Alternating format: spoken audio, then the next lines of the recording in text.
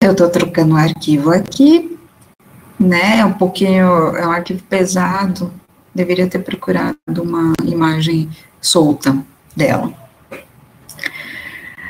Mas o que a gente, aqui, ó, vamos olhar a imagem, fica bem mais tranquilo de ver, né, do que a gente está falando aí, para a gente poder falar em ruptura, né.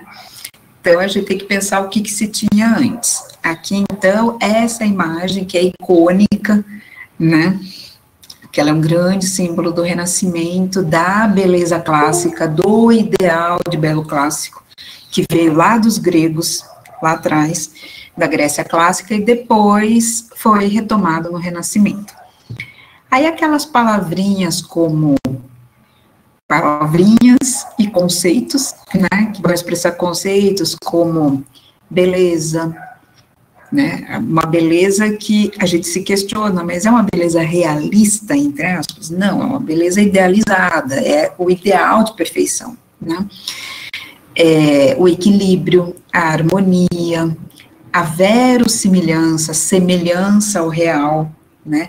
Até hoje, gente, então acho que a história da arte é bacana para a gente pensar o nosso mundo, né?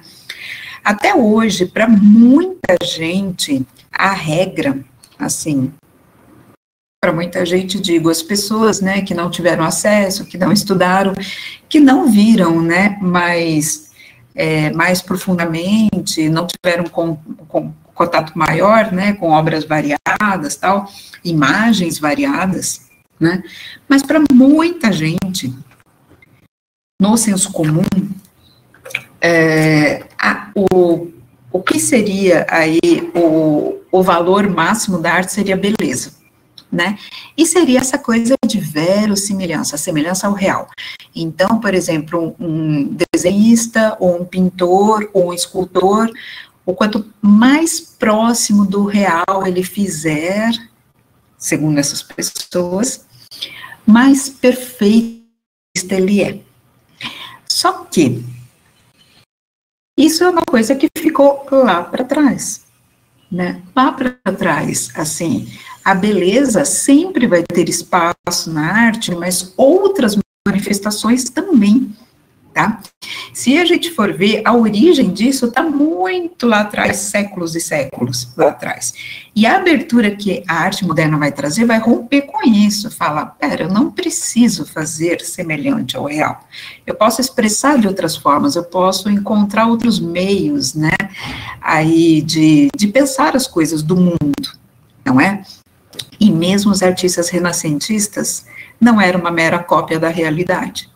Também tem isso. Então, quem ainda fala, nossa, mas isso é feio, não pode ser arte, né, dá uma boa discussão isso, porque faz muito tempo que também isso daí já caiu por terra, né, que obra de arte é necessariamente bela, equilibrada, harmônica, né, como a gente tem esses exemplos aqui, e são maravilhosos mesmo, né, essas imagens são muito prazerosas de se olhar e tudo mais, né.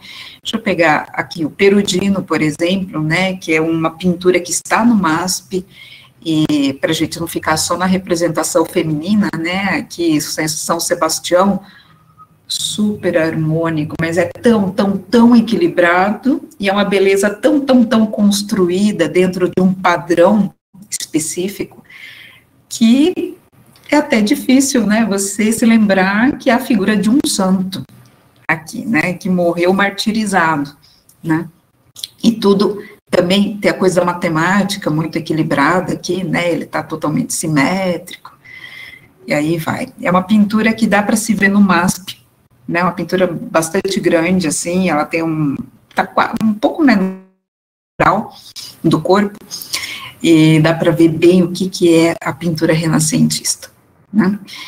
Então, a gente tem gente que ainda ficou, né, assim, preso exclusivamente, deixa eu colocar aqui, nas pinturas, o máximo aí da Santa Ceia, né, nossa, isso sim é arte, o restante não é. Por incrível que pareça, a gente está numa época que até pessoas que estudaram arte, às vezes falam também que na arte moderna estragou tudo, perdeu, é a decadência, sabe, vê uns papos assim. Né, por incrível que pareça, Existem pessoas que conhecem, que tiveram oportunidade de conhecer e falam essa. Aí eu posso afirmar que é uma grande besteira, né? É uma grande besteira, porque como é que você vai restringir a somente um padrão e que não dialoga mais com o nosso mundo hoje, né? Não estou desmerecendo de forma alguma a pintura do passado, é maravilhosa, é excelente, mas e quando a sociedade se transforma, o que acontece? Será que estamos hoje em uma sociedade semelhante ou diferente a esse contexto aqui das imagens? São coisas para a gente perguntar, né? Alguém gostaria de comentar alguma coisa? Então, aqui só vou passar rapidinho, né? Por exemplo, a Mona Lisa, isso sim é obra de arte. Não essas coisas que a gente vê por aí. Tem gente que fala isso, né? Se a pessoa estudou, teve oportunidade de conhecer, eu fico muito brava com essas coisas. Se não, sem problema nenhum, porque um monte de gente não teve acesso ainda, e a gente está lutando para que mais pessoas tenham acesso, né? É o que a gente quer, acesso a essas discussões, né, que conectam a arte, o mundo, nossas percepções, expressões. Bom, então, agora, por favor, se vocês quiserem comentar no microfone, pode escrever no chat. Então, aqui a gente viu um pouco aí o que era a pintura clássica, né, dentro do belo clássico. Aí você tem transformações? Claro que tem. Você tem várias transformações. Depois, eu vou colocar agora uma outra apresentação. Você tem várias transformações, você vai ter o barroco depois, que ele vai quebrar com várias dessas coisas, mas ele vai continuar, assim, com os temas que são considerados temas muito relevantes, né?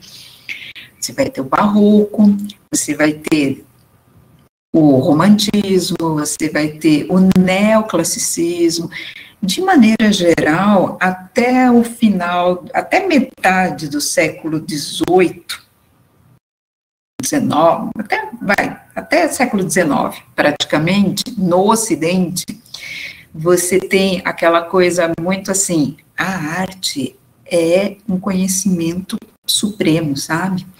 O artista é assim, o cara que ele não vai se dedicar a fazer coisinhas por aí. Então, você tem temas religiosos, você tem temas mitológicos, você tem paisagem, você tem retrato, principalmente de pessoas importantes, você vai ter esse tipo, né, cenas históricas, né, grandes acontecimentos, a arte serviria a isso. Aí, o que acontece? A gente tem, metade do século XIX, um artista chamado Courbet, né, que a gente pode falar em português também, porque eu não sei falar francês, né, eu ouço um pouco, mas não sei falar, então o Courbet é um artista francês que faz uma pintura de pedras. E se a gente for olhar nos livros de História da Arte, todos os livros de História da Arte ocidental vão trazer essa imagem como uma pintura, uma obra bastante importante. Mas o que tem de diferente aqui? Que será? Oi, Anelísia, tudo bem? Seja bem-vinda. Tá ótimo. O que tem de diferente aqui, gente? Sabe? Porque se você for ver, ela está até bastante, entre aspas, realística, né? A gente sabe que uma obra de arte, o artista pode pretender representar a realidade, mas a realidade mesmo, ela nunca é, ela é sempre uma interpretação, né? Mas essa daqui, a gente pode dizer que é o tipo de pintura, entre aspas, realística ou realista. Aí, Letícia, muito bem. O tema, a grande inovação é o tema. Quebradores de pedras. Isa, ela está com os tons mais escuros um pouco. Eu também não sei dizer, Isa, se esses tons mais escuros, se são da reprodução, da tela, a gente não sabe exatamente exatamente que cor teria essa pintura, e outra, ela foi destruída, né? Ela ficou o registro, mas ela foi destruída, esse quadro não existe mais, foi destruído na Segunda Guerra Mundial, quando a cidade de Dresden, na Alemanha, foi bombardeada, e a cidade quase que inteira foi destruída, e esse quadro, como tantas obras de arte, foi junto, né? Então, eu não sei dizer se esse escuro, a gente lembra dessas, tem que lembrar dessas coisas, por isso que eu falo. Muitas vezes a gente vai falar de coisas que não existem mais, tá? Principalmente quando você entra, assim, o que está nos museus, muitas vezes está bem conservado, quando, né, quando não passa por esse período por essas coisas terríveis como a Segunda Guerra Mundial na Europa. Mas, por exemplo, quando você vai falar de Oriente Médio, arte da Mesopotâmia, bom, o Museu de Arte de Bagdá, ele simplesmente não existe mais. Foi totalmente bombardeado, tudo foi destruído, né? E foram bombardeios norte-americanos, né? Isso, Elaine, terrível, né? Olha, o terrível, né, do Museu Nacional também, né, que é um museu que eu não conheci. Se tem um arrependimento que eu tenho é esse, né, de não ter conhecido o Museu Nacional no Rio. Né, e assim, aquele incêndio catastrófico também, né, mas essas coisas acontecem. Então, como a gente só tem a imagem, assim, que você captura na internet, né, que é o que eu fiz, eu não sei dizer, Isa, se ela é mais escura do que, eu não sei, sabe? Mas, de maneira geral, ela se pretende ser bem realista, assim, né, quando você vê quebradores de pedra, tem as pedras aqui, esse solo super, né, super árido aí. Desculpa, é que a realidade aí mostra o início do desbravamento, eles quebrando pedra, talvez para abertura de estrada. Você percebe pela paisagem de fundo que eles já estão num final de dia, então é a própria sombra escurecendo, então talvez seja isso. É uma hipótese, gostei da hipótese, né? Depois a gente pode procurar ver se consegue, né, aí esses elementos, mas é uma hipótese interessante. E você tem, nessa época também, aí locomotivas a vapor, né, abrir estradas, também muitas estradas de ferro, né, então você tem muito isso, é um sinal da modernidade mesmo, a revolução industrial a todo vapor, né.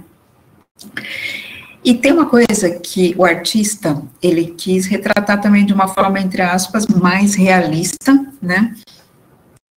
As roupas, a gente vê os sapatos, o ofício, o trabalho, essa dureza. E tem algo que chama muita atenção também. Essas pessoas não mostram o rosto. A gente não sabe o rosto deles, a identidade. Então, o Courbet, ele coloca um questionamento mesmo, né, sobre pessoas, sobre trabalhadores, que é um tema que até então quase não aparecia na arte, porque geralmente quem era retratado era quem podia pagar.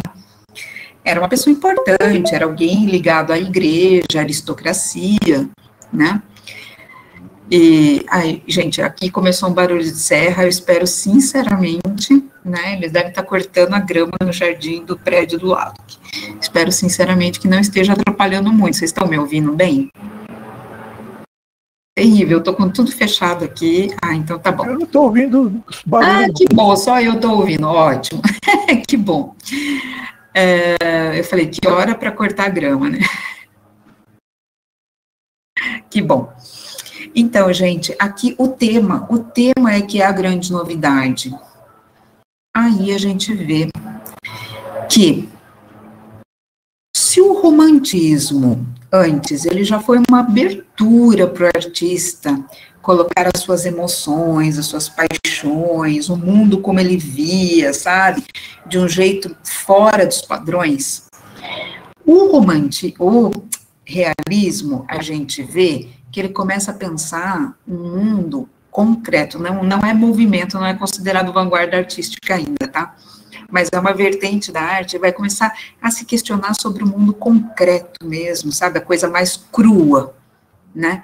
E daí a gente começa a ter, aí, a partir da metade do século XIX, surge na França, as inovações artísticas do Ocidente se deslocam da Itália, né, para a França, né? Renascimento, Barroco, tudo partiu, né, da Itália, mas depois a gente vê que o grande eixo é a França, se torna a França e especificamente Paris, né?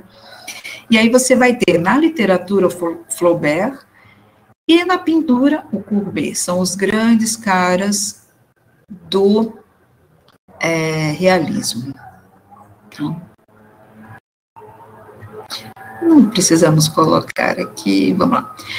O Courbet, ele começa a fazer pinturas, ele é considerado um bom pintor, mas ele começa assim, eu quero retratar, entre aspas, as coisas como elas são, pé no chão. E aí ele fazia umas coisas do tipo o enterro, como a gente está vendo aqui. Uma pintura escura, a gente faz pensar que talvez seja inverno, em uma cidade, Ormans, né, é uma cidade pequena, Ornans, é uma cidade menor, tal. Então, o enterro, gente, é uma coisa banal do cotidiano, não é nada relevante, não é nada assim, o grande acontecimento, e não é exatamente uma coisa lindíssima. Não é. Então, as pessoas falam, puxa vida, esse cara é um bom pintor, mas por que ele insiste em fazer coisas que não têm relevância? Mulheres peneirando trigo.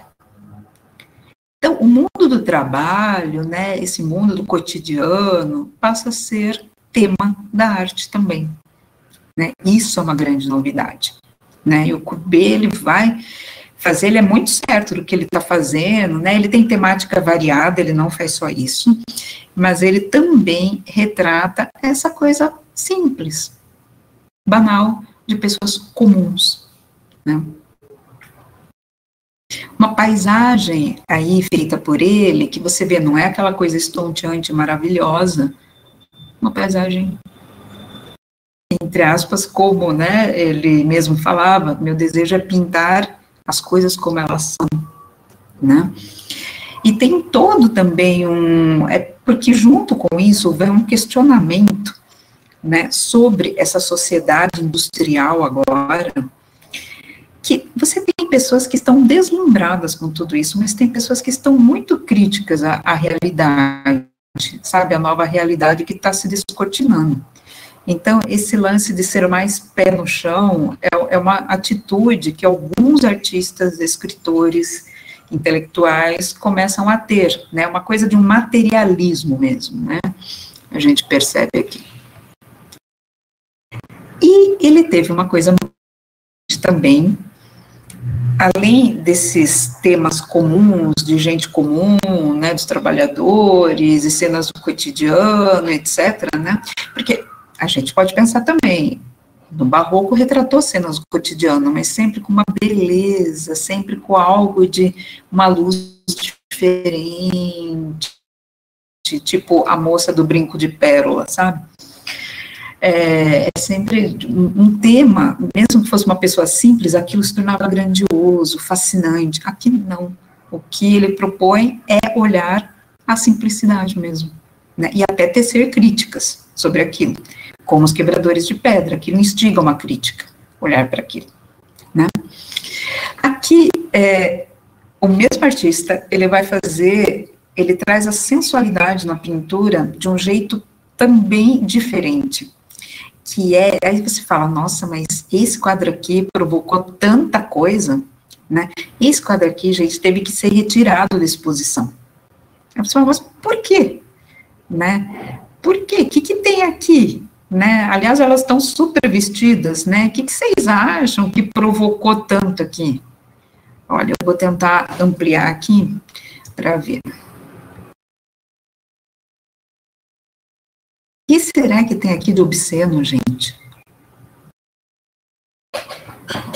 Moças à beira do Sena, né? O rio Sena é o rio que corta Paris.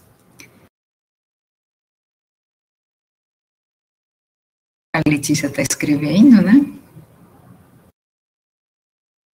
E nesse lance de retratar o realismo, né? A coisa realista, colocar a sensualidade em uma mulher retratada e não biológica, ou acho que talvez seja isso que a Letícia esteja escrevendo, é algo que é novidade. Tá? Se fosse assim, duas ninfas na beira do rio Sena e duas figuras mitológicas, não teria problema nenhum.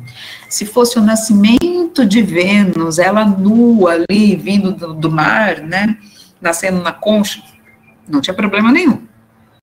O problema é que elas estão relaxadas, né, Letícia? Tem uma coisa de uma malemolência aí, né? Tem uma coisa de uma sensualidade. O que é esse piquenique aí? O que rolou? O que tá rolando? O que vai rolar? Tem um clima. Ô, Elaine, quer comentar?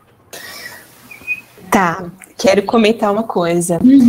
Já que a gente está falando de Paris, de mulheres, a gente tem um poeta francês também, que é o Charles Baudelaire. Aqui eu coloquei para vocês verem esse livro de poemas, até uma edição nova do As Flores do Mal. Ele é dividido em 6 partes, esse livro. E uma das partes, inclusive, são cenas parisienses, né? Então, são um conjunto de poemas. E aí, em um desses poemas, me lembrei agora você descrevendo aqui essa mulher, ele fala desses personagens, né? Uma mendiga ruiva, né? E o eu poético, ele canta para essa mendiga. E vou falar só 3 versinhos aqui para vocês terem uma ideia. Ele fala: para mim, poeta indigente, teu jovem corpo doente, cheio de puras, tem suas doçuras. E então também essa mulher, né, uma mulher da rua, também dentro, né, da cena parisiense. É bem essas temáticas, né, do cotidiano, da vida urbana, é um poeta urbano, né, o Baudelaire, ele é um herdeiro, né, que quase dilapidou aí a herança do pai, a mãe se casou, e ele se tornou um boêmio, assim, mas com uma obra brilhante, né, então, bem interessante mesmo. Muito legal a relação, muito bacana. Eu aproveito, vou dar um pulo aqui, Elaine, porque daí eu vou colocar o Olímpia, né? A gente tem que aproveitar e colocar o Olímpia. Então, você tem essa abertura aqui do Courbet, quando ele coloca a sensualidade, entre aspas, sabe, na mulher, né? Não numa figura mitológica, né? Tanto que tem aqui, antes de eu colocar lá a Olímpia, vamos colocar aqui a mulher entre as ondas. Gente, se tivesse... hoje esse quadro pertence, né, ao Museu de Arte Moderna de Nova York, mas também é outro quadro que, assim, eles tinham que tirar os quadros da exposição, porque senão o povo ia tacar pedra, ia depredar, sabe? Então, sempre vai tem aqueles que acolhem muito bem, né, ou que ficam em dúvida, não entendem, mas querem entender, né, fala, vamos lá, e tem aqueles que querem detonar com a coisa, né. Então, aqui nesse quadro tem relatos, assim, de que parece que um homem até deu umas bengaladas, teve uma coisa assim, sabe? Ele queria destruir o quadro, né, quando foi exposto. É a mulher entre as ondas. Ele não escreve Nascimento de Vênus. Se fosse o Nascimento de Vênus, ainda ia dar, porque tem muito...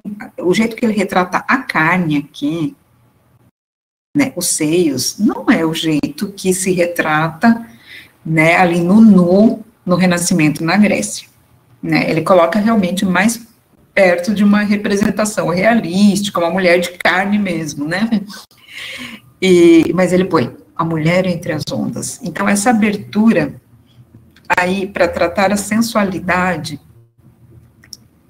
também propiciou que outros artistas, depois eu volto aqui, gente, tá? Gente, aí você vai ter o Manet mais para frente, aproveitando então o link que a Elaine fez, né, com o Baudelaire falando das mulheres, né, você tem o Almoço na Relva do Manet. Aqui já é uma pintura que está entre realismo e impressionismo, e você fala, caramba, o que está acontecendo aqui? O que é essa cena? O que é isso? É um piquenique, essa mulher está nua, e uma coisa intriga entre dois homens vestidos, né? É algo de realmente muito esquisito para a época, até hoje seria, mas o que chama atenção, essa mulher olha para fora. 4. E é uma artista, a modelo é uma artista também, que ela posou muitas vezes para o Manet, e a pintura que eu quero colocar, que é bem provocativa, né, que eu falei para a Elaine, né, Elaine, se você quiser também falar sobre a Olímpia, acho que esses versos do Baudelaire, né, pensando assim, aqui a gente tem, então, Paris é uma cidade efervescente, né, você tem, assim, artistas, poetas, prostitutas, os marginalizados, a vida boêmia, operários, você tem aristocratas, claro, muita gente com grana também, né, e você tem essa efervescência, e aí também a gente tem aqui Olímpia. O nome é mitológico, mas o jeito como ele retrata não é de uma forma mitológica, o Manet. O que será que está rolando aqui, gente? Do que se trata? O que vocês acham? Qual que é a hipótese aqui? Numa pintura como essa, que também foi super comentada, tal, né? Foi super... gerou todo o bafafá, né? Que a gente vê que ele fez, mas o Courbet anterior já tinha dado essa abertura. Alguém tem uma hipótese aqui? De quem pode ser essa Olímpia, o que ela está fazendo?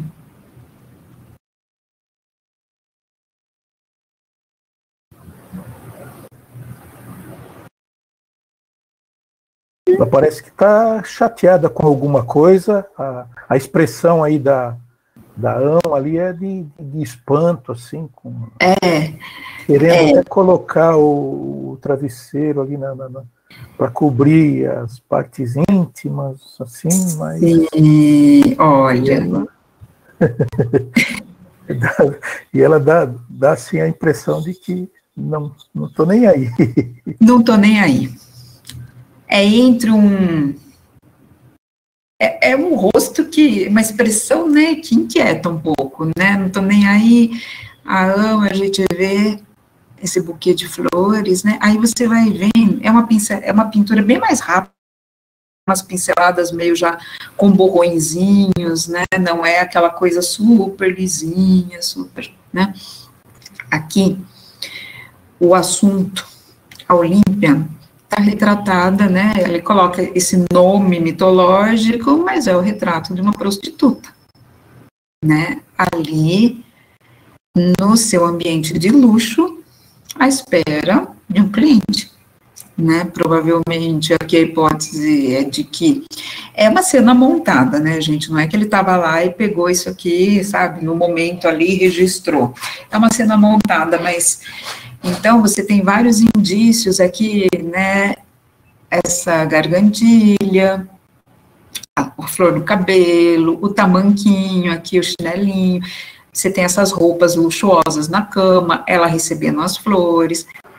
Essa cara dela, né, que ela olha assim, aí você fala, cara, não sei se é tédio, não sei se não tô nem aí, e aí vai encarar, sabe? Tem uma coisa aqui dessa retratada, né, a modelo faz essa pose, que, assim, é uma afronta, né, é uma afronta, porque, assim, você tem, sim, pinturas, outros tipos de pintura, né, retratando prostitutas, mas até um pouco antes disso aqui, mas não é encarando assim, dessa forma, sabe? Tem um certo recato, tem um certo, sabe? É de outro jeito, né? E a gente tem a Olímpia dessa forma. É um quadro emblemático também para pensar que todo mundo pode passar a ser retratado agora, né? Todo mundo, digo, dentro da diversidade possível naquele contexto, tá bom? Estamos pensando Europa, Paris, século XIX, né? Então, quando a gente hoje se questiona, né, sobre representatividade, sobre uma série de coisas, né, sobre questões muito importantes atuais, né, então a gente tem que lembrar também que era a sociedade naquele momento, né, assim, podemos fazer, isso aqui também reflete a sociedade no momento, você tem ali a ama, a serva negra, que pouquíssimas pessoas tinham servos, né, negra, então, isso diz muito da sociedade também, né, mas você começa a ver, tem outros artistas que eles vão fazer retratos de negros, assim, mostrando mesmo o retratado, sabe? Também isso é bastante interessante. A gente vai ter o Cezanne um pouquinho para frente que vai fazer isso, né? Mas está aqui, a Olímpia. Então, trabalhadores, prostitutas, como eu falei, um monte de gente agora, tem uma diversidade maior social, né? Dos retratados. E não são grandes temas, né? Não é religioso, não é histórico. O moderno, o que é ser moderno? Ser moderno é viver o seu, aqui, na concepção aqui, né, da modernidade, é viver o seu tempo, é não olhar mais para o passado, para trazer os seus temas para agora, é trabalhar com o agora, é isso, né? Na arte, na cultura, hoje a gente vive o que alguns chamam de contemporâneo, idade contemporânea, outros vão chamar de pós-moderno, mas praticamente esse termo em artes visuais a gente não usa mais, né? Mas a partir da década de 60, 1960 mais ou menos, deixou, né, as artes visuais não são mais aí o campo da modernidade no tempo, mas da pós-modernidade, ou melhor, do contemporâneo, né? Mas o moderno, ele tem consciência do seu tempo, né, ele vive. Aqui é interessante para a gente pensar as diferenças também, né, da Olímpia. Ele não foi o primeiro, esses caras, eles conheciam muita coisa, né, ele foi o primeiro, dificilmente alguém tira do nada, gente, as coisas, é muito raro, né, então esses caras estudam pra caramba, tal. As referências do Renascimento, você tem a Vênus Adormecidas, do Giorgione, que é essa que está embaixo, 1510, olha, isso aqui é puro Renascimento, né? Paisagem ao fundo, ele aproveita para mostrar a perspectiva, né? E aí você tem do Tiziano a Vênus de Urbino, 1538. A Vênus de Urbino está olhando para frente, mas não é com o mesmo enfrentamento que a Olímpia, olha. Aqui está muito a do Giorgione, né, a Vênus, ela está realmente aí mitológica, né, ela está distante, perdida lá no tempo. A do Tiziano já traz um pouco mais próximo para a gente, essa coisa de uma mulher, entre aspas, mais perto da realidade. Muitos afirmam que a modelo aqui era amante do Duque de Urbino, aí, que foi o encomendante do quadro, né? Então, talvez por isso também que tenha ficado ela mais próxima, mas não é um enfrentamento que tem isso aqui. Porque isso aqui já está colocando as relações mesmo de materiais, né, de poder, relações de questionamento mesmo, aí sobre os diversos papéis da mulher, né, tem uma série de coisas aqui, né, as duas mulheres, né, tem uma série de coisas, mas principalmente esse ofício. Estamos falando de que agora os trabalhadores são retratados aqui, uma trabalhadora do sexo retratada, né, de uma maneira ainda cênica, tal, né, mas a ideia é essa. Quando a Elaine leu o poema, né, do Baudelaire, aqui você tem o Manet também, né, o Manet é o meio paizão dos impressionistas, né, tem dois, Manet com A, é o mais velho, e o Monet, que a gente vai ver daqui a pouquinho. O Manet, aqui ele retratou, esses dois quadros, eles fazem parte do MASP, então é legal que podem ser vistos, né, assim, então, mais possíveis, né, bem mais próximos da gente hoje, né. E aqui ele retratou o artista. O artista aqui a gente não consegue ver tão bem aqui, sabe, ele tá, assim, com uma pose que parece ser, assim, um aristocrata, mas não é, ao contrário, é quase um mendigo, é que ele tem essa gravatinha de laço aqui, né. É quase um boêmio, né, esse artista, é um poeta. Tá? A maneira como ele retrata, e com o cachorro atrás, ali o cachorro bebendo água, é uma coisa que se fala, nossa, não tem aquela coisa grandiosa, ah, meu Deus, ô poeta. Não, é o contrário. Uma pessoa comum, simples, que, aliás, sempre parece que ele era bastante, assim, faltava dinheiro, né, era um cara bem do povo mesmo, assim, né, nesse sentido, não tinha grana, né.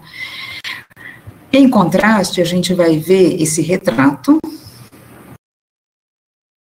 de uma aristocrata, aí de alguém que já pode pagar, né, a gente tem aqui a Amazona, né, ele retrata essa mulher, também a mulher cavalgando, né, ela tá posando em cima do trabalho, e aqui tem uma coisa interessante, que eu adoro esse quadro aqui, por conta, nem acho que é o mais bonito, mas não é isso, mas aqui eu acho que ilustra super, né, e acho um quadro bastante importante por conta disso, a influência da fotografia. Aqui a gente já tem a fotografia estabelecida em Paris, não é que estava super acessível para todo mundo, não era, mas os artistas já tinham acesso, né, vários desses artistas aqui, e eles ficavam muito impactados, falam, puxa vida, agora a gente pode registrar as coisas no momento que elas acontecem, sabe, simplesmente, e aqui você tem, e teve gente que na época falou assim, será que a pintura vai se acabar, porque para que eu vou ficar 1 mês, 2 meses, 1 ano, muito mais do que isso, fazendo um quadro, se agora eu posso, se eu tenho fotografia. E isso não aconteceu, a fotografia influenciou a pintura, e ao mesmo tempo, os pintores falavam, eu quero mostrar mais ainda que o que eu faço é pintura. Sabe, se eu quiser fazer muito, muito perfeitinho, igual à realidade, eu tiro uma foto. Então, a pincelada, ela vai ficando mais solta. Aqui você tem também, você tem várias influências da fotografia aqui, né, da linguagem fotográfica, do olhar fotográfico, tá? Hoje, já nasceu com olhar fotográfico, né? Aliás, os mais novinhos, eles nasceram, talvez mais até com olhar para imagem e movimento, né? Quem é da minha geração, assim, provavelmente já mais o olhar fotográfico e o olhar de uma imagem, né, e a maior parte de quem está hoje na internet, tal, né, quem já nasceu com a internet, é o olhar da imagem em movimento e várias imagens, né. Mas aqui, o que você tem? É o fragmento de um instante. A hora que é como se ele tivesse batido a foto mesmo, né, a hora que o cavalo foi virar, ele bateu. Outra coisa aqui, vocês estão vendo que aqui no segundo plano aparece o movimento dos cavalos atrás? Essa ideia de capturar um instante. Então, primeiro plano, focado. Linguagem fotográfica também. Segundo plano, desfocado. Isso é um recurso super usado até hoje, inclusive nos celulares, né? Focar primeiro plano, desfocar o segundo, ou vice-versa. Aqui, aquele recorte sangrado da imagem, né, de você não centralizar como no Renascimento, né, nossa, perfeitinho, tem que ser centralizado, não, de você colocar num ângulo que torne a coisa mais interessante, que você pode recortar, inclusive, não precisa mostrar inteiro, como a gente tá vendo aqui, né. E a gente não acha nenhum absurdo cortar o rabo do cavalo, por exemplo, né, pelo contrário. Né? Então, isso traz um dinamismo, traz uma coisa aqui agora, traz a ideia de movimento, captura do instante, como eu falei. A luz é muito importante também, porque quando você vai retratar um instante, a luz incidente, ela é muito importante. A luz muda tudo numa imagem. A gente vê isso na fotografia, é bem fácil de perceber. A gente vê isso no mundo concreto, né, o quanto, sabe, tá um dia ensolarado, passa uma nuvem, como tudo muda, a cor das coisas muda, o clima muda, tudo muda, né, quando tem uma mudança do tempo, as estações do ano, se está ventando, se não está, tudo isso faz parte, né, mas principalmente a luz, e a gente tem aqui um grande exemplo mesmo, aí da linguagem fotográfica. Então, você tem as novas tecnologias aqui, né, se bem que a gente, é um erro, né, que eu mesma tinha de pensar antigamente que tecnologia era computador. E não, tecnologia é desde pegar um carvão do chão e riscar como material e usar, sabe, nas pinturas rupestres. Era tecnologia também da época, né?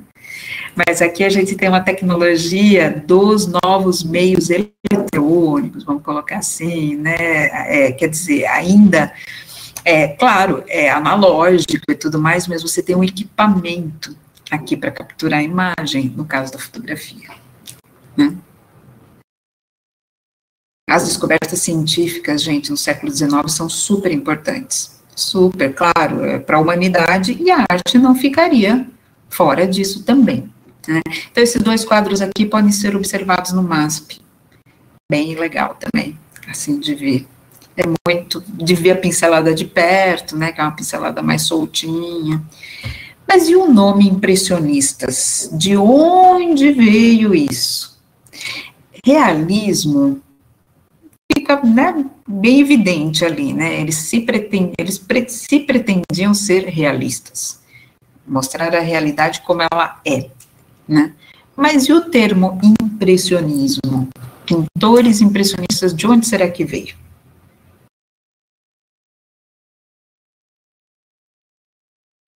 A gente tem aqui esse quadro, ele é bastante importante,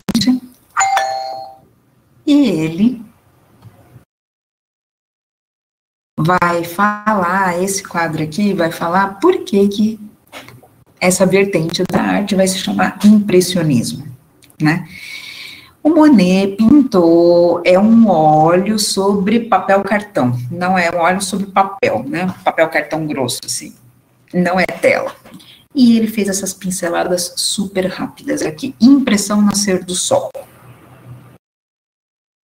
Pintou ali, na frente do fenômeno, nesse caso, quase como fotografando, né? Gente, alguém já viu o nascer do sol ou pôr do sol? Quanto tempo demora?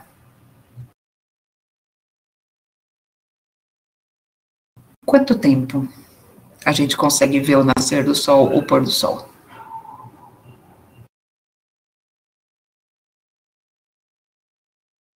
É rapidinho, né? Super. Eu não sei, será alguns minutos, né? Nunca cronometrei. O que eu já fiz, dá 15 minutos, o que eu já fiz foi, assim, tirar várias fotos, e cada foto que eu tirava, assim, é que eu não fico, né, segundo, assim, tirando foto, mas aguardava um pouquinho, alguns segundos, já saía diferente, né, porque era realmente o instante ali, né. Então, esse quadro, essa pintura, foi feita muito rápido. Ali, o sol estava se levantando E ele foi pintando, então tem esses borrõezinhos, né? Porque ele queria era justamente isso, capturar o instante. Olha como tudo fica difuso, gente. As coisas se misturam, né? O que é o sol, o que é o céu, o que é a água, o reflexo na água. Isso aqui tem que ser muito ágil para poder fazer. Até para a gente fotografar mesmo, você tem que ser ágil, né? Para pegar uma boa foto do pôr do sol, ou uma sequência bacana de foto do pôr do sol, nascer do sol. Aqui, ele fez tudo. Como que ele fez o reflexo, né? A gente percebe, são pinceladas soltas, não é aquela pintura lisinha, hiper acabada, não.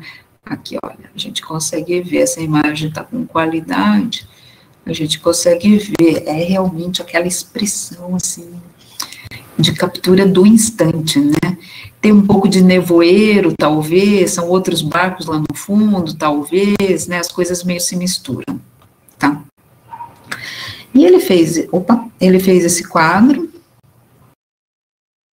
porque ele já estava observando, né, o Monet, esse é o Monet, a partir das pinturas do Manet e de outros amigos, Renoir, outros amigos, falar, puxa vida, vamos pintar ao natural, assim, as coisas estão acontecendo, a gente vai lá fazer?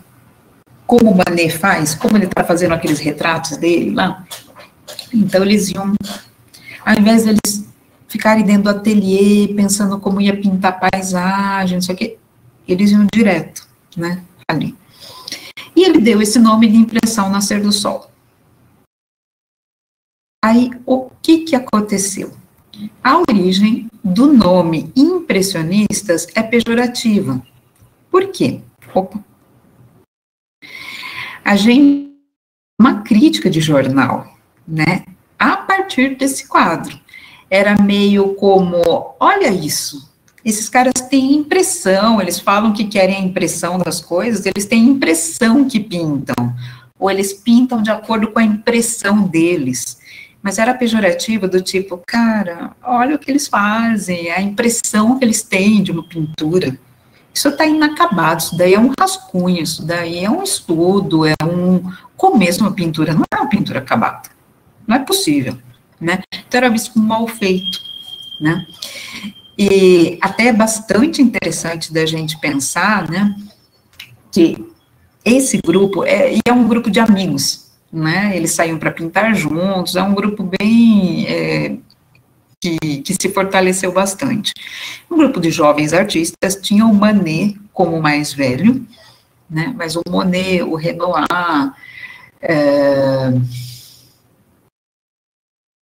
você tem vários outros. E que eles se juntavam, são os que me vêm agora, mas são muitos. Naquele museu d'Orsay, a memória, realmente a memória está traindo aqui em alguns momentos, né? Mas você tem vários artistas que eu lembro as imagens, eu estou lembrando o nome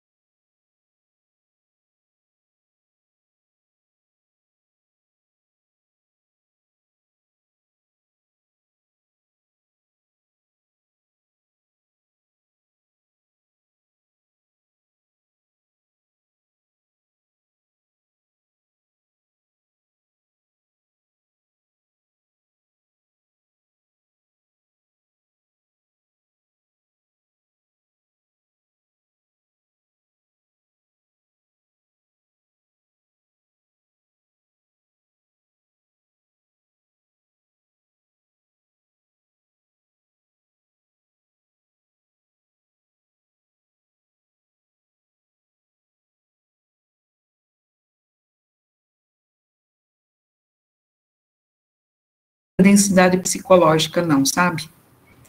Né, ela não tem tanta, assim, aqui, por exemplo, né, na Olímpia, a gente saca, tem, né, mas aqui, a gente já não, já é uma coisa muito mais de mostrar, assim, né, de você estar meio flutuando, né,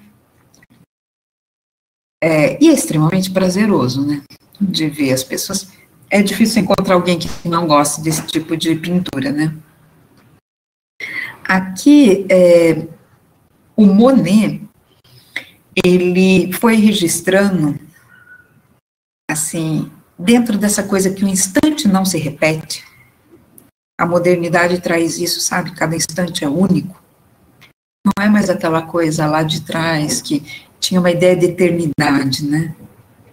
Olha, isso aqui vai ficar para a eternidade. Não, aqui é um mundo em ebulição, né? Então, você tem, assim, as ninféias, que são essas plantinhas aquáticas aqui, né? E o Monet, ele teve tanto sucesso que ele fez o seu próprio recanto, né? Ele tem ali numa cidade próxima de Paris, ele comprou uma propriedade para poder estar junto da natureza e pintar todos os dias, olhando para essas variações, né? Então, o tema das ninféias, dessas plantas aquáticas, é um tema que ele explorou muito também. A cada instante, gente, isso aqui vai estar diferente, impossível você fazer duas iguais, né? Assim como seria impossível tirar a foto e as duas fotos idênticas, né? Porque só de ter as nuvens, a gente está vendo o reflexo aqui, as nuvens já seriam diferentes, não tem como, né? As estações do ano, as horas do dia, tudo isso influencia. E aqui eu peguei um close, né, um recorte, para a gente ver como a pincelada, ela é meio aquela que as pessoas falam de uns borrõezinhos. De perto são os borrões, mas de longe realmente aquilo se configura, né? A gente consegue ter o todo, né? São as pinceladinhas bem cheias de tinta e pinceladinhas curtas e mais soltas, né? Tudo é mais soltinho. Assim, você não tem aquele limite da borda certinho, aquele desenho super duro, não, nada disso, né? É tudo mais soltinho, a coisa é mais difusa, né? Tudo a ver realmente com as inovações da época, né? A gente percebe isso. Gente, eu tô falando tanto. Isso, Ayla.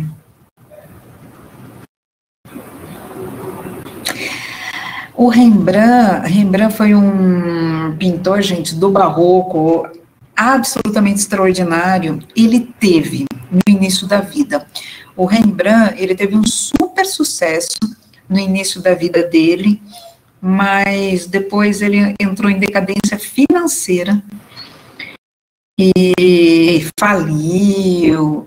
Então, isso é que ele teve uma série de problemas pessoais também, morte da esposa, morte do filho, e principalmente faliu porque ele tinha uma vida, ele adorava gastar, então mas ele teve muito sucesso em vida.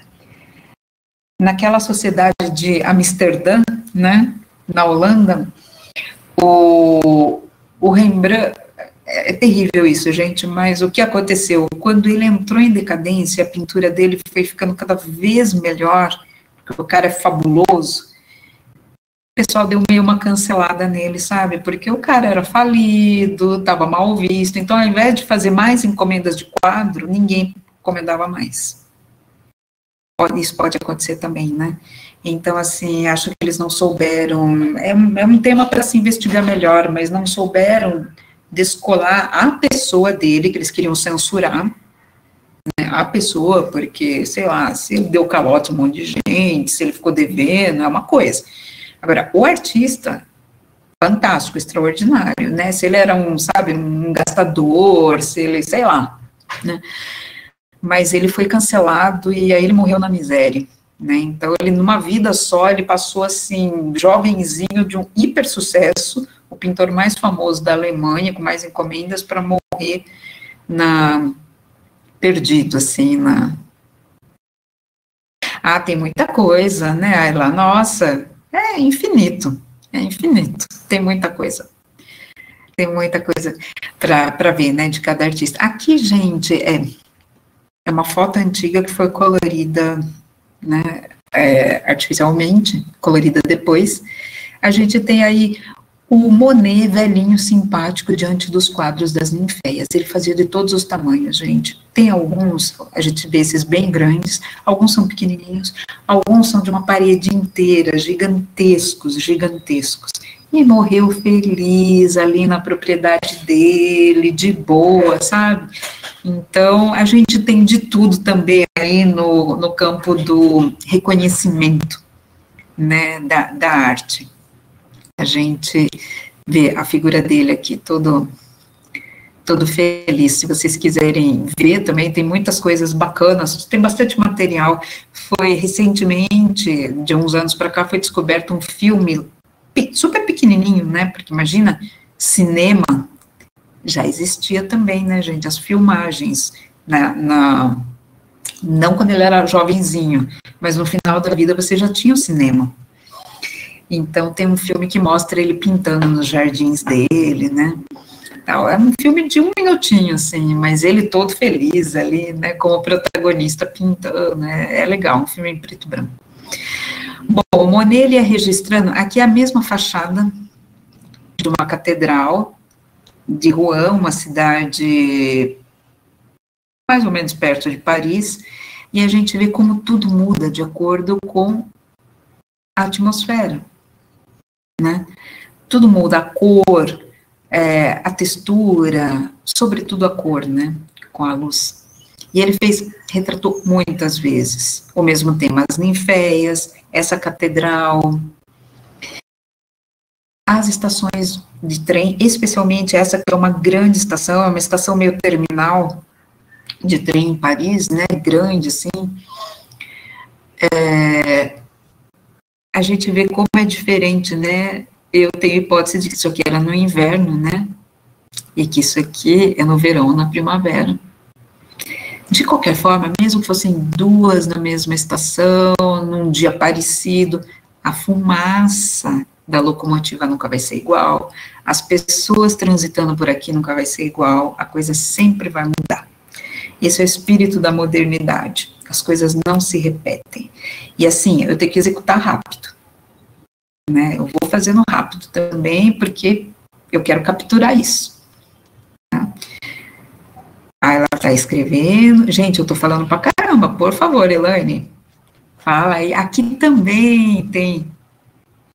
Hoje não vamos conseguir, ela. É muita coisa. Hoje não vamos conseguir. Isso aqui tudo a gente está abrindo caminho para falar do fauvismo. Acho que vai ficar para o próximo encontro, que está marcado semana que vem, preciso até confirmar, tá bom? Sim, é semana que vem. Semana que vem, né, Elaine? Aí a gente vai falar do fauvismo, expressionismo, aí sim entra nas vanguardas do século XX.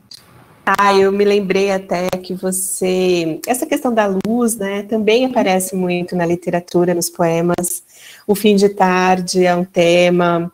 E as questões também, enquanto você vinha falando tudo isso, Rita, eu me lembrei de uma pintura barroca que eu vi numa capela em Toledo, na Espanha, que é o enterro do Conde de Orgaz, uma coisa assim, né? Acho que é Orgaz, eu não sei se eu pronuncio certo, Orgaz, né?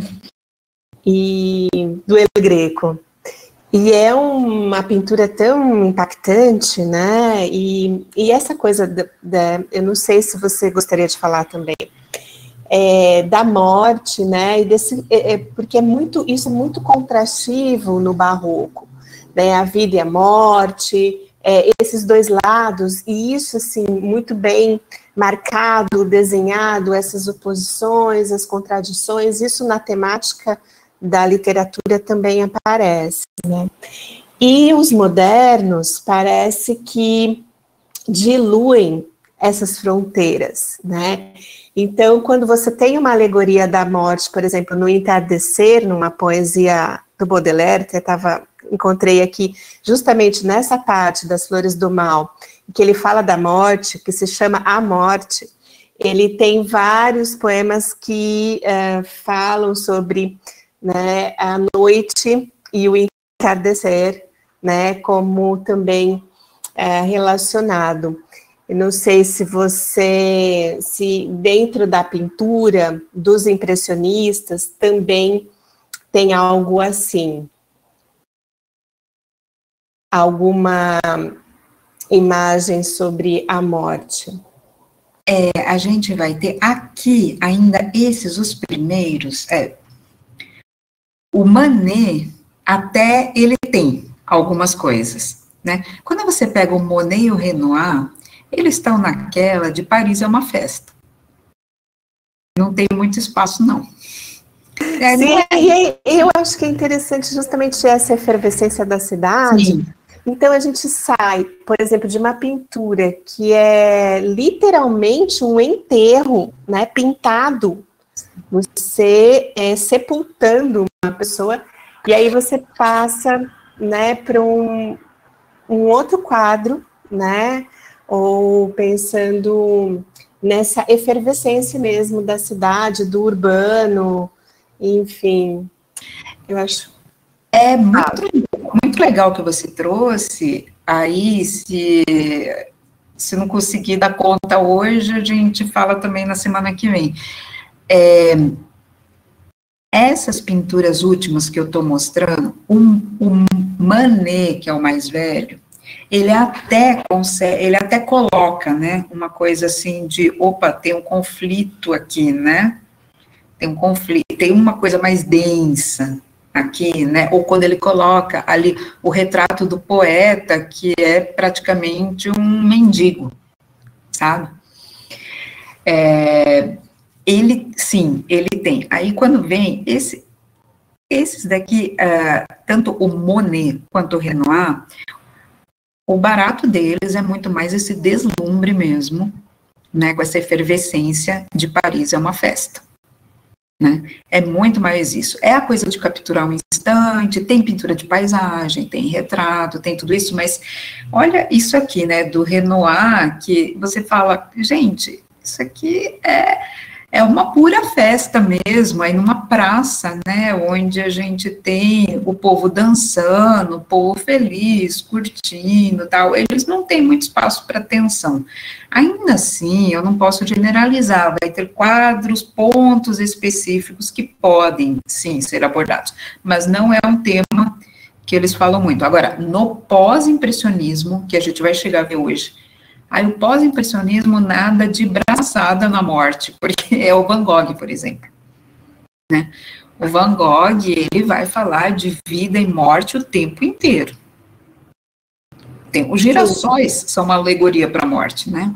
Sim, sim.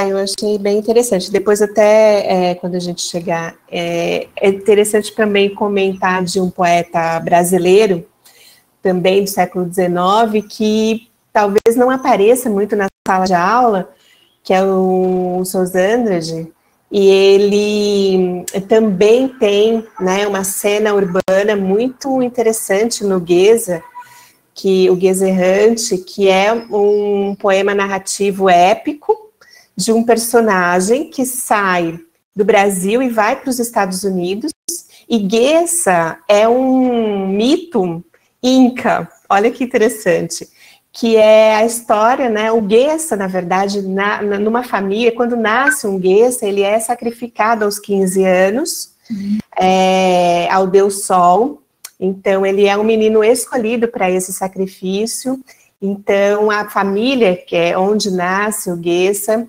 é uma família privilegiada nesse sentido, porque vai oferecer aos deuses esse sacrifício. E no poema do Sozandrade, o Geza, ele foge do sacrifício, e ele vai para os Estados Unidos, e ele circula a Bolsa de Valores de Nova York, então tem toda aquela cena, né, de Nova York, aquela efervescência também, é bem legal, assim, isso a gente está falando de Brasil, século XIX, e eu acho que depois também vale a pena, agora me lembrou, eu vou trazer depois um pedacinho na próxima aula. Traz sim. Nossa, super legal, porque você tem também, assim, aqui muito aquela ideia, né? Bem aquela ideia burguesa, né? Burguesa no sentido mesmo de classe social, né, gente? Não é no, né? Não é no sentido de... A sociedade burguesa. A sociedade burguesa, exatamente. E do cara que se faz, né? A gente tem tem bastante essa ideia aqui também. Tem um questionamento social, né? Assim, alguns, como a gente viu no realismo ali, no questionamento social, tal. Mas aqui é muito, vamos viver a vida, e, né, e é o cara que se faz, ele dá um jeito, quer dizer, algumas questões eu acho fantásticas, do tipo, Salão dos Recusados. Eu acho fantástico, eles estavam muito certos do que eles estavam fazendo, porque também eles eram um grupo. E eles falavam, se fosse um cara sozinho, é mais difícil fazer isso, né, gente? Falar assim, olha, ninguém está entendendo o que eu pinto, mas eu vou lá, vou alugar um negócio e vou fazer exposição. Muito difícil, né? E sabia que ia levar pedrada ainda. Agora, quando é um grupo, e eles tinham um importante fotógrafo junto deles, que é o Nassar, que dava maior força, então eles falavam, puxa, tem gente legal com a gente também, né? Tem gente antenada, então vamos fazer, né? Então tem mesmo, né, uma coisa de se virar ali e fazer dentro desse ideário, né? A gente vê aqui, nessa festa do Renoir, um quadro enorme, né? Essa coisa da captura de um instante também, a luz importantíssima, né, gente? Parece que a gente vê a luz do sol ultrapassar as árvores aqui, né? A gente vê aqui, ó. Ô Rita, interessante que eu conheci o Museu d'Orsay e esses quadros são gigantes, né, assim, a maioria deles, e a gente tem uma ideia de que são quadros médios, assim, né, e eles pintam como... Isso a gente depois, no século XX, começo, né, tem depois não sei se conecta com o muralismo, enfim, mas depois você vai falar. Ah, né? Pode ser. O tamanho das obras varia muito, é verdade, o tamanho das obras varia muito, né? Tem coisas bem pequenininhas, né? Mas um desse aqui, alguns dos principais são muito grandes, né? Isso é bastante grande também. Né? E assim, isso é uma coisa que na reprodução, quando a gente mostra aqui, nunca a gente vai dar a dimensão, nunca, vai parecer que tem tudo o mesmo tamanho, né? Mas só se mostrasse uma imagem onde tem uma pessoa perto, por exemplo, foto do museu, como eu tenho várias, foto do museu com uma pessoa junto, aí você consegue ter a dimensão, né, da coisa. Esse é um quadro do Renoir, que está no MASP, é uma joia, gente.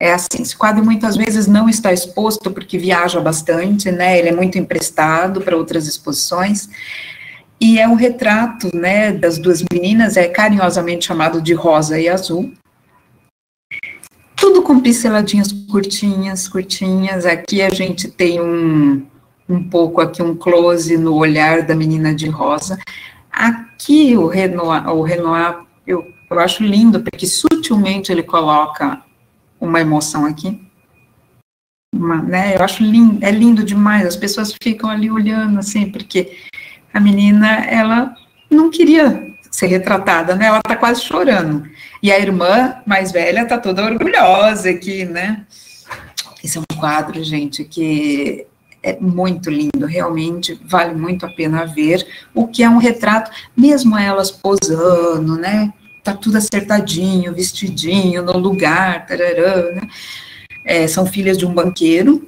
né, mesmo assim ele conseguiu capturar um instante, nos olhos, ele põe, o Renoir, ele consegue pôr um brilho no olhar, assim, da luz refletindo no olho, ou no cetim da fita, é uma coisa. Esse quadro é um negócio. E esse quadro tem uma história até muito legal. O pai, o banqueiro, odiou o quadro. Achou péssimo, mal pintado. Provavelmente ele não tinha ideia do que... Alguém deve ter falado do artista e ele não conhecia, não sabia o que o artista fazia, porque ele achou que estava ruim. Provavelmente ele queria uma pintura mais perto do acadêmico, mais lisinha, mais perfeita, entre aspas, né? E esse quadro ele ficou de escanteio por muito tempo. Ele ficou num porão da família, dessa família de milionários aí, né? Ficou por muito tempo, então não faz tanto tempo assim que ele foi descoberto, né? Ele passou então por um ostracismo, sabe, de uma coisa de, cara, tava lá, cheio de pó, né?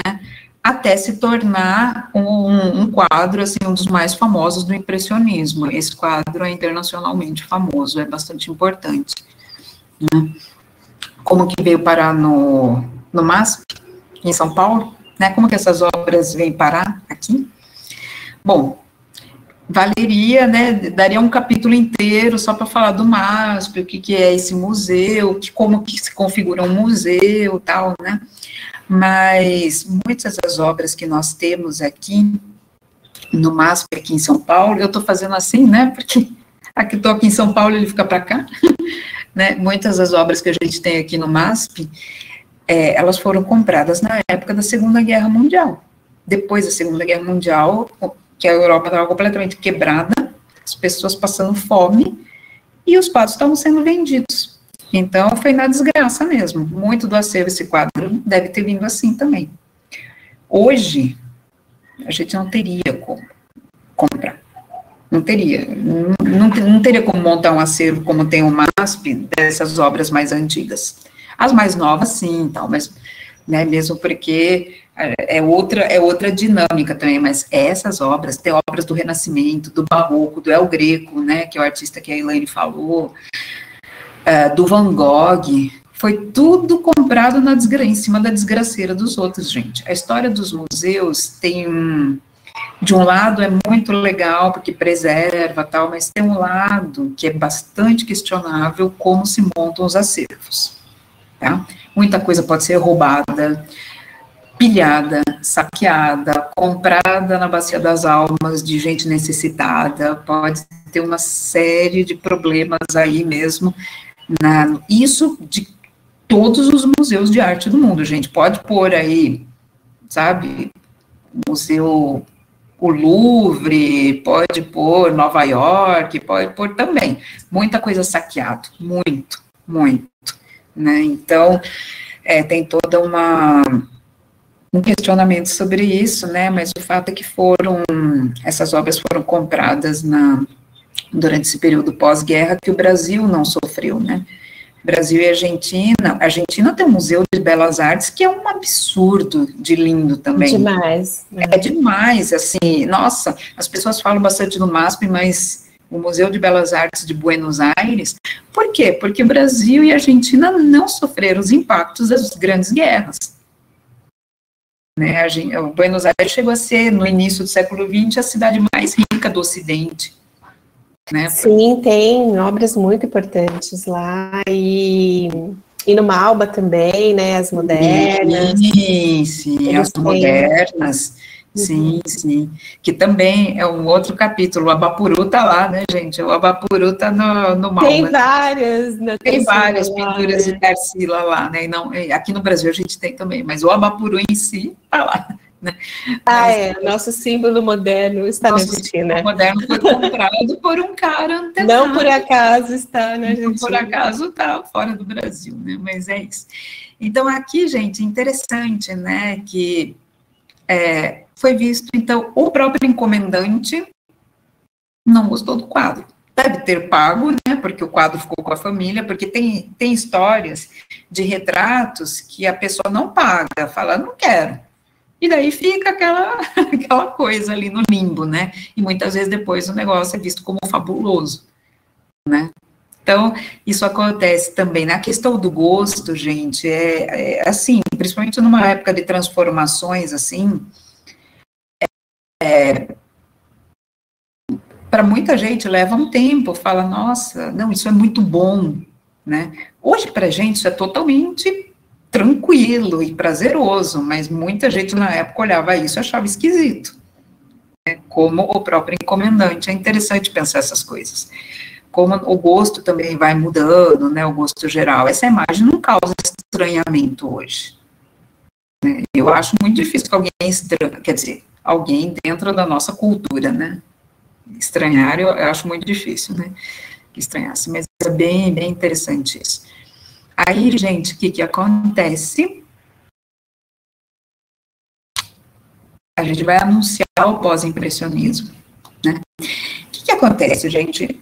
Então, você tem os pintores impressionistas, que eles fazem essa ruptura, primeiro os realistas, os impressionistas, eles rompem, não fazem mais aqueles temas vinculados ao passado, e você tem os pós-impressionistas, que são artistas variados, que aprenderam a pintar, entre aspas, aprenderam, né, dentro do padrão impressionista, conviveram com os impressionistas e se liberaram depois. Aí você vai ter Cézanne, o Van Gogh, como o grande pós-impressionista, e o Gauguin, Toulouse-Lautrec, Degas, Seurat e outros vários. São vários. Tá? Mas os mais conhecidos, Cézanne, Van Gogh, Gauguin, né?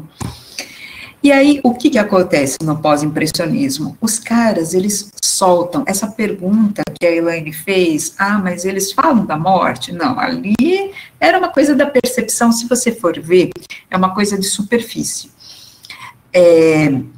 É mais assim, a impressão que eu tenho direta e imediata das coisas, como é que bate a luz, como é que é a atmosfera, como é que é o clima, sabe? É uma coisa mais assim, de superfície, sem uma densidade, sem grandes densidades psicológicas, sabe? É um pouco por aí que vai, né, no Monet e no Renoir. Aqui, esses caras, eles aprofundam nesse sentido de colocar mais a sua expressividade interna, sabe? Uma coisa até mais atormentada por vezes, né? Que é o caso do Van Gogh, né? Então, o Cézanne, eu falo antes do Cézanne, né? O Cézanne, gente, é assim, é um pintor que a gente tem sempre na mente que Van Gogh foi um cara desgraçado, coitado, né? Não foi bem assim. Em parte sim, mas em parte não. Agora, o Cézanne é um cara que ninguém entendeu a pintura dele, na época que ele fez. Os próprios amigos deles falavam, o que você está fazendo? Ainda o Van Gogh tinha um irmão que adorava tudo que ele fazia, né? O Van Gogh, agora o Cézanne, só que o Cézanne, ele tinha um temperamento que ele não se deixava derrubar, e ele não estava nem aí mesmo. Ele falava, não, é isso que eu quero fazer. É isso que eu quero. Ele tinha grana, ele pegou também a herança dele, né, diferente do Van Gogh, né, mas o Van Gogh não chegou a passar necessidade, ele foi bancado pelo irmão também, né, então ele teve meios para fazer a pintura dele, né, mas o Cézanne, ele se mudou de Paris, falou, bom, vocês não estão entendendo o que eu estou fazendo? Se dane todo mundo, largou a família, largou todo mundo, e foi para o sul da França.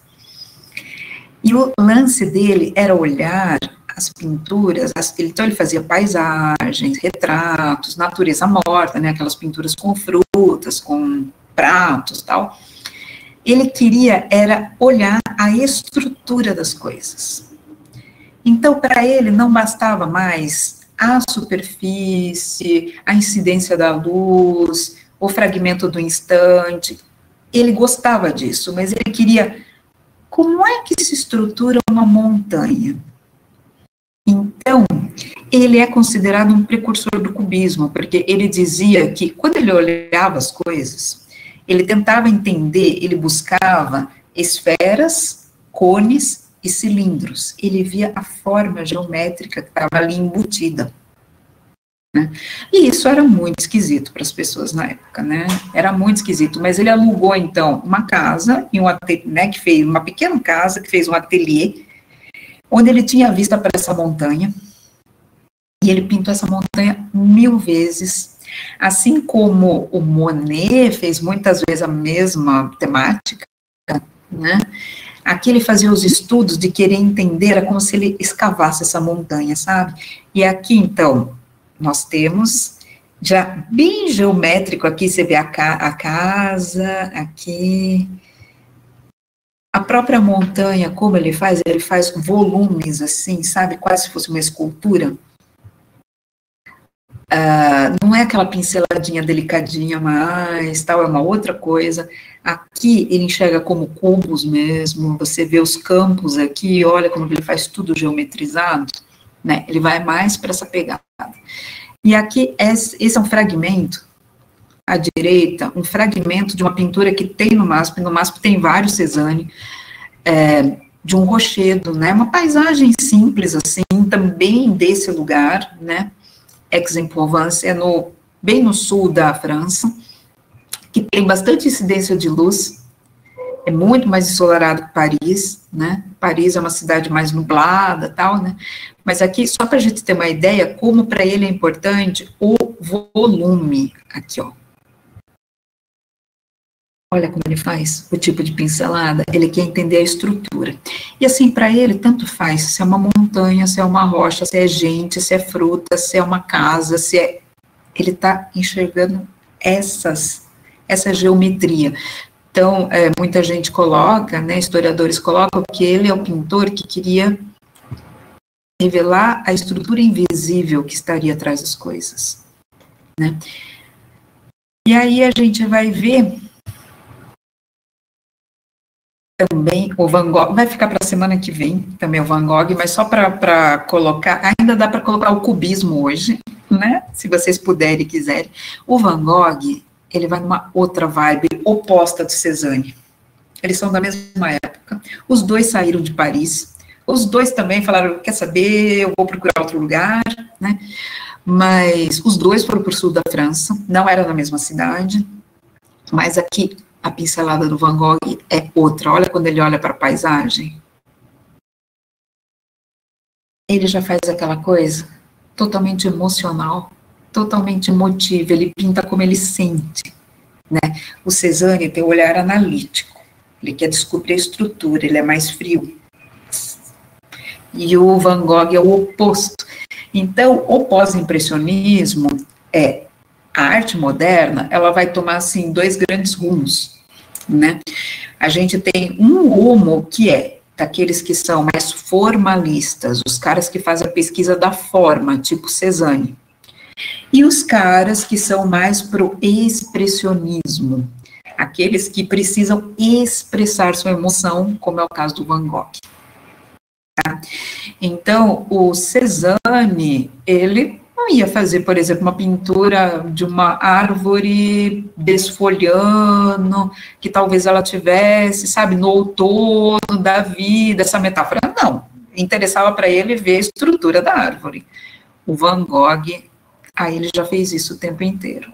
Um girassol ali murcho é uma metáfora da vida, né? É como ele é impactado pelas coisas. Né? E os dois, e eles fazem crítica, os dois, eles não querem se prender no impressionismo mais, naquela coisa da pincelada de superfície, eles querem ir além, ir para outras pegadas, né? Uma coisa interessante dos girassóis, que são vários, né? Ele pintou óleos sobre tela, sobre juta, sobre alguns materiais diferentes e para até essa técnica, né, dos materiais também, que não só pintar a mesma a figura, a paisagem, mas em texturas, né, também, isso é bem interessante. Também é a pesquisa de materiais, né, assim, ele pode usar o que está na mão, do tipo, você começa a ver como o Monet fez lá a pintura sobre um papelão. Papel cartão é um papelão.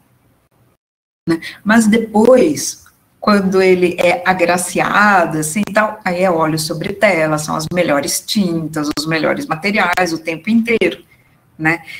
E você vai ver que um Van Gogh, ele vai experimentar vários materiais, você vai ver que outros mais para frente vão experimentar diversos materiais, seja por restrição mesmo, financeira, ou seja porque tem, sabe, todo o dinheiro do mundo, mas quer ver como fica, eu preciso fazer, eu tenho recurso, mas eu quero ver como fica, né? Experimentação é uma ótima palavra para a arte moderna. Né, eles começam a experimentar mais, experimentar pincelada, experimentar, sabe, eu não quero mais rezar cartilha de ninguém, né, Esses dois caras são solitários, tanto o grupo dos impressionistas é um grupo muito grande, né, tem aquele núcleo, tem um grupo grande, eles se curtem, eles dão festas, eles, né, eles realmente se ajudam, tal, né, é uma confraria, mas muitos que saem, eles, como Van Gogh e o Cézanne, eles vão trabalhar sozinhos, é uma busca e uma experimentação que não é fácil, porque embora a pintura do Cézanne, ela mostre uma coisa, assim, como eu disse, analítica e tal, ele era um cara totalmente obcecado, um cara difícil, sabe? Um cara, assim, que era uma luta também, porque ele queria algo que parecia impossível.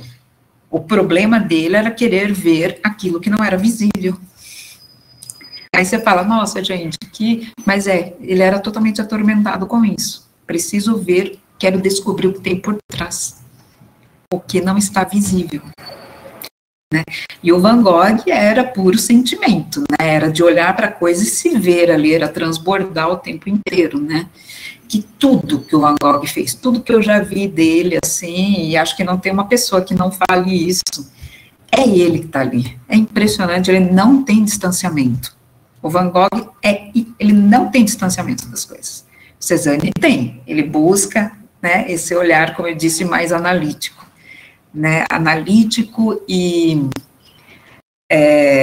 compositivo, né, a composição, a geometria, né, como é que, se eu colocar uma maçã para cá, o jarro de água para lá, fica melhor, fica pior, não interessa se ele gosta de maçã ou não gosta. O Van Gogh já pintaria uma maçã assim, meu Deus, eu amo essa maçã me lembra tal coisa, essa maçã amanhã não vai estar mais aqui, né, então escreve, né, escreveria cartas sobre a maçã, né, então são pegadas bem diferentes, mas que elas, e que vão alimentar toda a arte, as vanguardas, os vários movimentos no século XX, uma pegada mais formalista, como eu disse, ou uma pegada mais emotiva, né, vamos colocar assim. Na literatura e na arquitetura também a gente vai ver, né, Rita? A arquitetura moderna, bem isso. Também. Né, essa experimentação também, e esse olhar de Cézanne, da estrutura, né? Muito, muito, muito. Aí tem, de vez em quando, você vê o cara que era super formalista faz uma coisa emocional, hiper emocional, às vezes acontece. E o contrário também. Então, tem umas coisas interessantes também, né? Existe uma busca mais consistente para uma vertente, mas, graças a Deus, a arte escapa e é imprevisível, e de repente você fala, nossa, aquele cara que ele se acha tão cerebral, mas aqui não tá, não. Né? Então, é interessante, essas coisas também acontecem, né? Que escapam. E se vocês quiserem, a gente abordou gente, no final, nem entramos ainda no tema da vanguarda, mas eu achei que era muito importante falar disso antes e dar uma caprichada, porque o que acontece? Muita coisa, gente, dá para procurar sozinho, sabe? Com os nomes, com os temas. Agora, esse resumo aí de entrada da modernidade, essa mudança de época tal, eu acho que é um negócio um pouco mais... que a gente procurou trazer uns pontos principais, né? Então, por isso que eu fiz questão de trazer. A gente nem chegou nas vanguardas ainda. Esses caras aqui é que vão ser os patronos, né? Esses caras aqui que são os precursores, aqueles que vieram antes da arte moderna do século XX, né? Só para a gente falar o termo vanguarda, que bom! Ah, que linda! A gente vai conversar, tá bom? Tá bom, Ayla, vamos conversar sobre isso, tá? Vai prestar o quê? Você vai prestar o Unesp?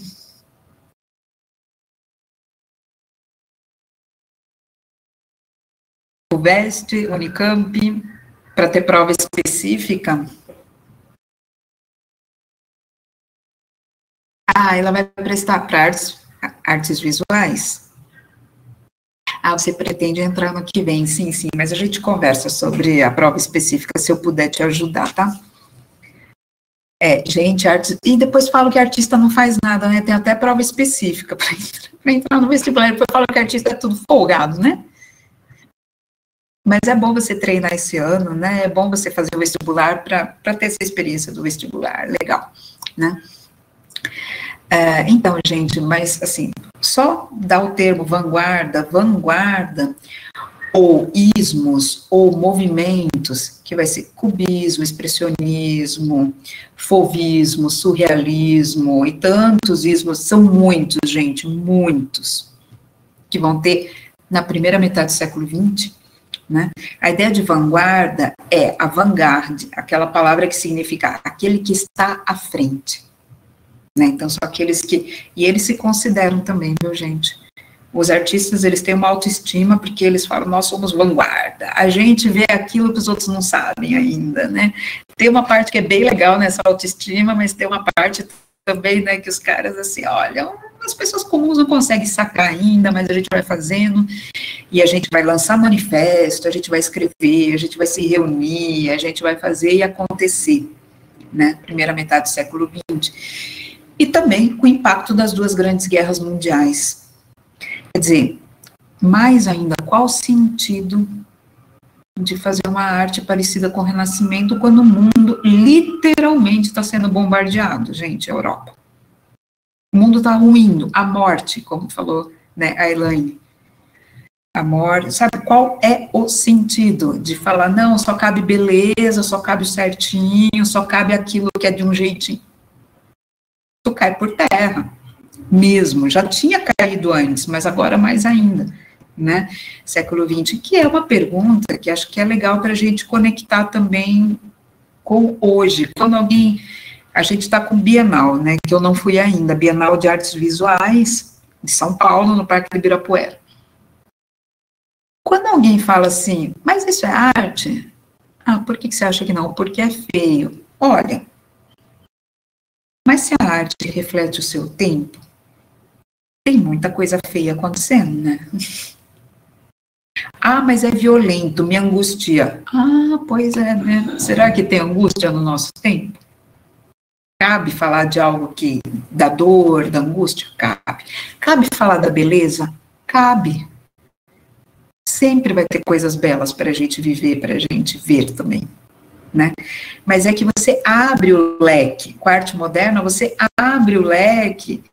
E eu imagino que na literatura também, né, Elaine, tudo é tema, sim, tudo é possível. Eu experimento, eu vou fazendo, né? Então, sim, acho que é um pouco isso. Até me lembrei de um livro organizado pelo Mário de Andrade, justamente na época da pandemia da gripe espanhola no Brasil, e que os artistas se reuniam, imagina, também não podia sair na rua, eles estavam confinados, assim, e produziam poemas. Então é um livro cheio de desenhos, de figuras, é muito interessante também, depois eu queria comentar na próxima aula, esse livro muito experimental, né, e com imagens, com fotografia, com a contribuição de vários artistas, né, e foi organizado pelo Mário de Andrade.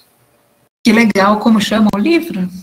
Eu acho que é o Cozinheiro, até porque essa coisa, né, de que cada um põe um ingrediente, né, na comida, eu não sei se é Cozinheiro Perfeito, alguma coisa assim. Ai, que bacana, que legal. Mas é um livro raríssimo também, então, assim... Imagino. É muito difícil de achar, porque ele não foi reeditado. Nossa, mas você consegue ter as imagens, assim, você consegue? Tem algumas coisas. Algumas coisas. Que interessante, talvez lá na USP, né, no IEB, Instituto de Estudos Brasileiros, eles têm todo o acervo do Mário, ficou com ele, ficou lá. Então, deve ter lá, né, para consultar. Mas, assim, deve ter também procurando teses em cima, daí consegue as imagens e tal, né. Mas é bem interessante essa ideia, né, a ideia de grupo é importante, né, assim, quando a gente vai falar de vanguardas, os cubistas, os fauvistas, eles andam em grupo. Vai se fortalecendo também, né.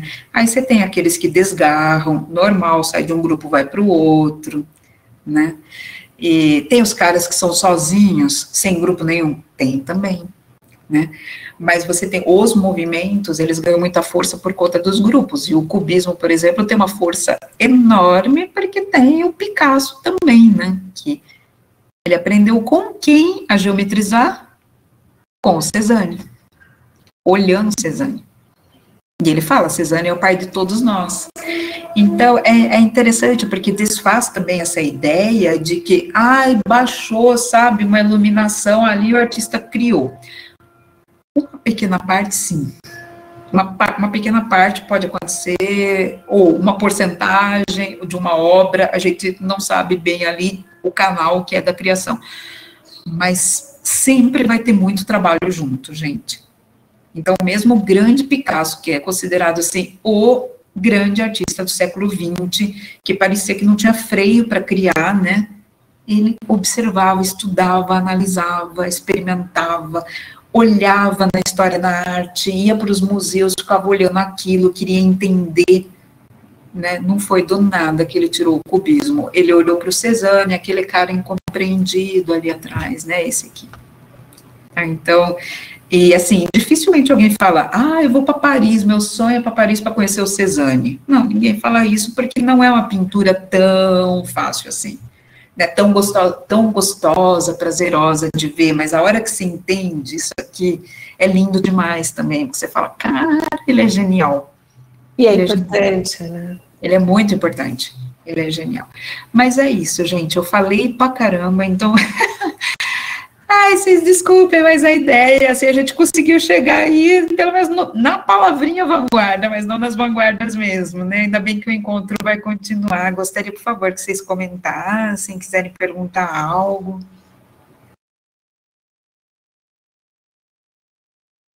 Excelente, professora. Parabéns aí, a dobradinha aí. A Elaine, gente, Elaine, e a delícia de aprender literatura. Complementa a coisa. Olha, show de bola. Parabéns. Fantástico. Obrigada, Joaquim. Gostei muito de te ver aqui. Obrigada, Joaquim. Legal essa presença. Quero participar da próxima também, com certeza. Tá? Estamos aí. Obrigado aí pela participação. Obrigada. Oi, Raquel, você gostou? Que bom. Isa também. Mas também, né? Tudo artista aqui, né?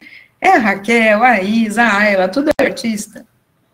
Né? Se não é artista do fazer, é artista do apreciar, porque também tem a gente fala muito, né, até Humberto Eco, de certa forma, vai dizer isso com outras palavras, mas você tem teóricos que dizem que o apreciador, ele é um co-criador, né, ele cria junto, né. Então, eu acredito também, sabe, gente, que quando a gente aprecia, a gente também, né, é artista. Tá bom, Anelísia? Muito obrigada por sua presença, viu? Obrigada, gente. Obrigada. Alguém gostaria de comentar alguma coisa? A Érica, obrigada. Ana Clara, fico muito feliz com vocês. Gostariam de falar alguma coisinha, perguntar? Então, tá bom. Né, todo mundo doidinho pro feriado, né? Até a gente. Ayla, vai. Verdade, feriadão. Né, feriadão, gente, feriadão, opa, a gente vai, pelo menos, a gente vai conseguir trabalhar um pouquinho menos, né, Elaine? Sim. Mas também fazer umas coisas boas também, né, a gente vai fazer umas coisas gostosas. A gente vai na Bienal, professora, que tá excelente, viu? Você já foi? Fui. Opa! Feriado da semana do dia 12, eu estava na casa da minha filha em São Paulo, e aproveitei. Joaquim, eu quero ver se eu vou.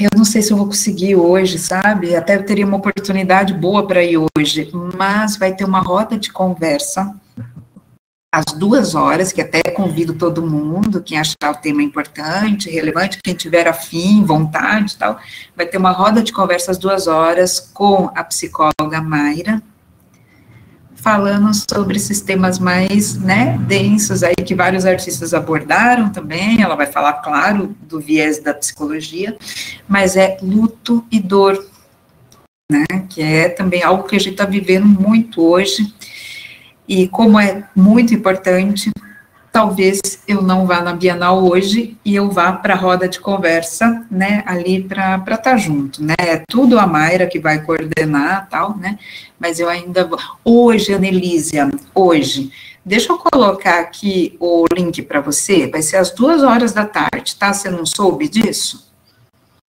Deixa eu colocar o link para você aqui, ó.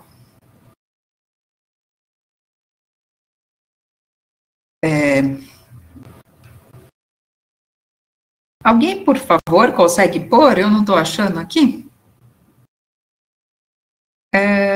Eu acho que eu passei. Eu não passei para vocês, né, gente? Para o pessoal do grupo. Não. Então, peraí. Segura aí que eu já estou vendo aqui no meu WhatsApp para localizar onde que eu passei para Teta Gente, agora não estou achando. Depois a senhora coloca naquele grupo nosso lá. Eu vou pôr já aqui também, tá? Porque eu vou pôr para você também, peraí. Olha, eu acho que está nessa notícia aqui. Tem uma notícia. No site. Tem essa notícia no site, deve ter o link lá. Isso, tem. Para a roda. Você colocou, Elaine? Coloquei aqui. 2 horas. A notícia. 2 horas e não consegui. Não, eu também peguei pela notícia, mas acho que na notícia tem o link do... É às 2 horas. Eu participei de uma roda de conversa com a Mayra sobre esses temas, né? E gostei bastante, sabe? Já tem umas 2 semanas, 3 semanas. Foi na Semana de Ciência e Tecnologia. Gostei bastante. Então, pode ser que hoje eu não vá para a Bienal para participar, mas assim, tudo é uma escolha também, né, e daí eu vou na Bienal outro dia e tudo bem, né, e assim, os dois são no mesmo horário, sabe, não tem como, né, é complicadinho, tá bom? Então, mas também, eu coloco lá no grupo de História da Arte também, tá bom? Gente, alguma pergunta, alguma questão? Nós falamos pra caramba, não sei se é uma boa tarde para vocês. Sim, Isa. Obrigada, viu? Então tá joia, Ayla. A gente vai falando, tá bom? Boa tarde, gente. Até boa semana tarde, que vem, então. Obrigada. Até semana que vem, no mesmo bate-horário, bate-canal de História da Arte. Boa tarde, Érica. Por nada, Raquel. Tchau, boa tarde a todos. Tchau, tchau. Boa tarde, Joaquim.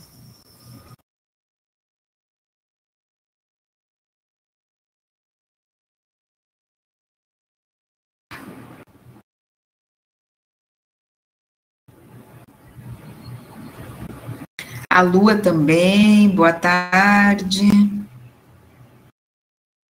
Obrigada pela presença. Chamem os colegas, né, Rita? Semana que vem. Chamem os colegas para a semana que vem. Chamem os colegas, e a gente vai divulgar, né? Vamos divulgar mais. Sim, sim. Já está divulgado da semana que vem também. Tá. Né?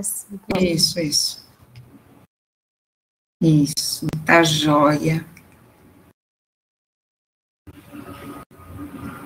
Eu não sei se no final ficou gravado ou não, né? Mas acho que a gente não pediu. Mas tudo bem, não tem problema. A gente vê se quer gravar. A gente tinha que ter falado com a Raquel, né? Mas a gente vê se quer gravar na semana que vem. Próximo, né? Ah, você gravou, Raquel? Daí a gente vê se a gente... Ai, não sei se eu falei muito... Depois eu tenho que... Depois a gente edita, Rita. Depois, talvez, o começo, final, né, que fica um pouco assim, né? Talvez não, mas eu acho que ficou tranquilo, viu? Foi, né? Mas nem falei nenhum absurdo, eu acho, né? Não, a gente nem falou nada de nada. Não, né, nem falou, né, dos reais. Já, tira essa parte, já parou de gravar, né? Já parou, né? Já nem falou, né? Não, porque tem umas coisas, né, que... Elaine, adorei o que você trouxe, que é legal, porque daí você pode trazer na semana que vem e... Então, eu fui lembrando de várias coisas, mas eu quero preparar especificamente 2 coisas legais, assim, que eu acho, que eu sempre